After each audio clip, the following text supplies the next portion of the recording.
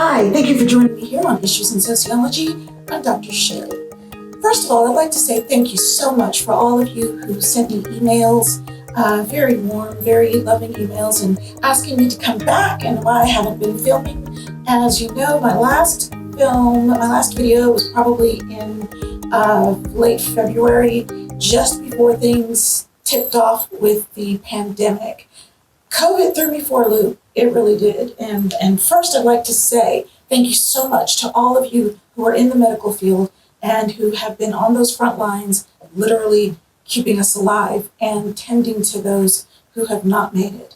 I have had some close friends experience some horrible things related to COVID, and I just want to thank everyone out there who works in the medical field. I also want to thank all of you who work in the restaurant industry, fast food, grocery, anything having to do with food, because you too are keeping us alive and well and able to provide food and nourishment for our families. So I am praying for all of you out there, and I appreciate you, and I want you to know that. So here it is. It is September, and I am back. So much has occurred since my last filming. We've had riots, we've had, of course, COVID.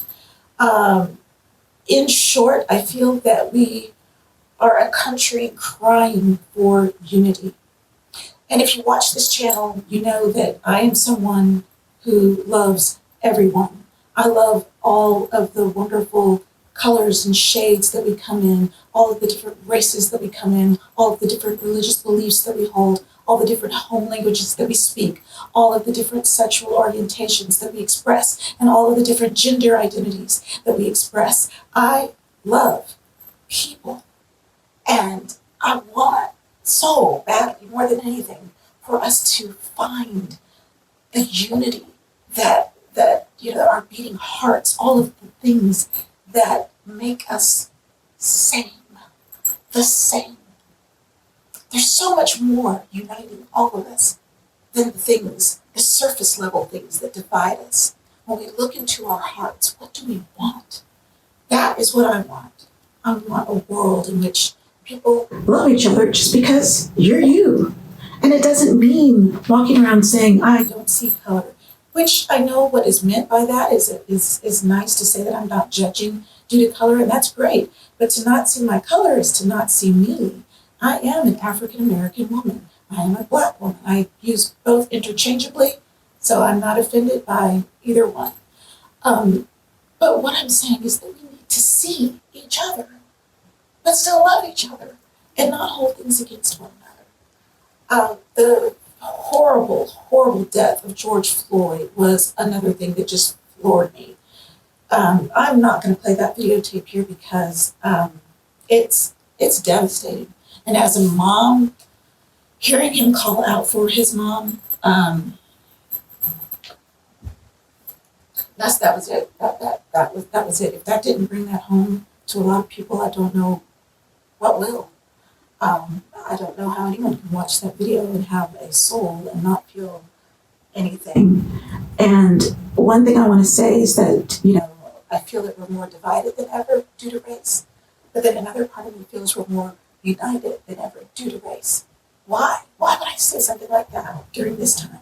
The reason is because I was shocked to see so many white Americans out there protesting for the Black Lives Matter movement and just for the George Floyd death, for Ahmaud Arbery's death. That really floored me as well. There's just been so many. And, I am a person, I'm an idealist, I'm an optimist.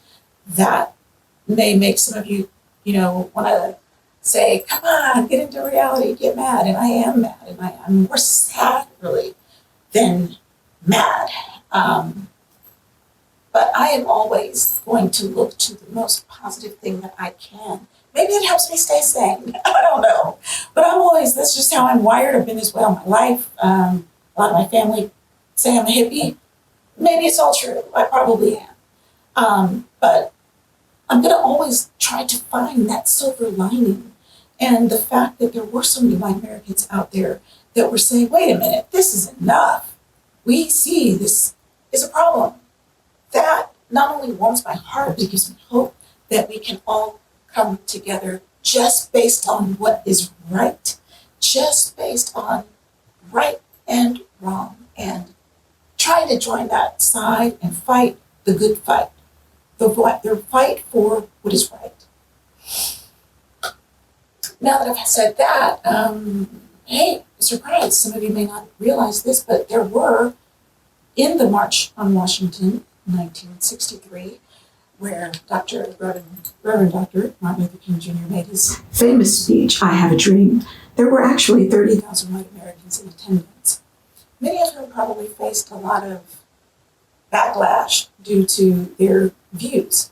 And today, we saw on television so many more involved in the Black Lives Matter movement. And about Black Lives Matter, I want to be clear here. Sometimes when people are talking about Black Lives Matter, someone will doubtlessly interject, well, all lives matter. That is true, and no one is saying that. I want to kindly and gently explain this part.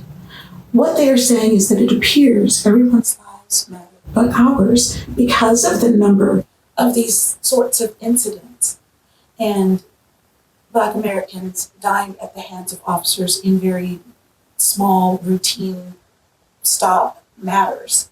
And I'm someone who works closely with police officers, and let me tell you, 90+% of them, 95+% of them are awesome people who join the force for the right reasons. And some of the best people that I know are officers that are out there risking their lives every day. With that said, are there some rogue officers that absolutely need to go, don't need to be on the force, need to be put out to pasture?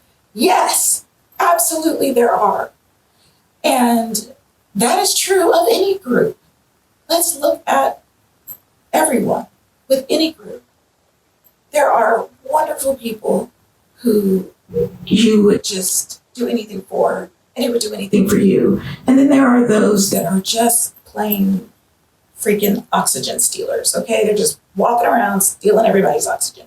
And that's it. You know, that's on a good day what they're doing. Every group has this. Of course, in this world, we tend to see the magnification of all that is the most negative. So that's what we see out there. And so I really hope that police officers can join their communities more, the communities that they serve, and get out there and meet people and form those bonds. The last thing that we need is a defunding of the police. If anything, more funding. Why? Because more funding will provide things like body cameras so that all across the nation, even in the smaller rural forces, they can have body cameras. Also, it will provide things like cultural competency training. And this kind of training where they would learn things like, bias and learn to identify perhaps their own unconscious biases that they hold or implicit biases. These kinds of things will help people grow and will help people understand more the biases that they hold. It will help people interact more with various communities and with diverse communities. These are the things that we need. We need things that are going to bring us together. Please comment below. I want to know what you think about this.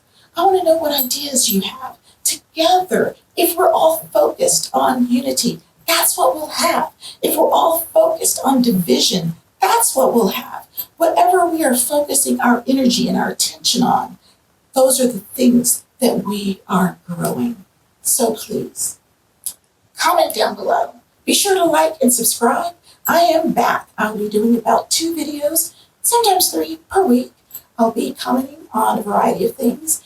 Now, I've got to tell you straight up, I'm an idealist. As I said earlier, I'm an optimist. So yeah, my spin is probably going to be on the most positive way to look at something. And if that's not for you, then this channel's not for you. However, for those of you that do want to find that silver lining in life, and you're always chasing it, you're always focused on the best things that you can be focused on, and you're focused on solutions, you're a solution-driven person, then I am your thought partner, and I am someone who's channeling your love. So thank you so much for joining me here on Issues in Sociology. I'm Dr. Sherry.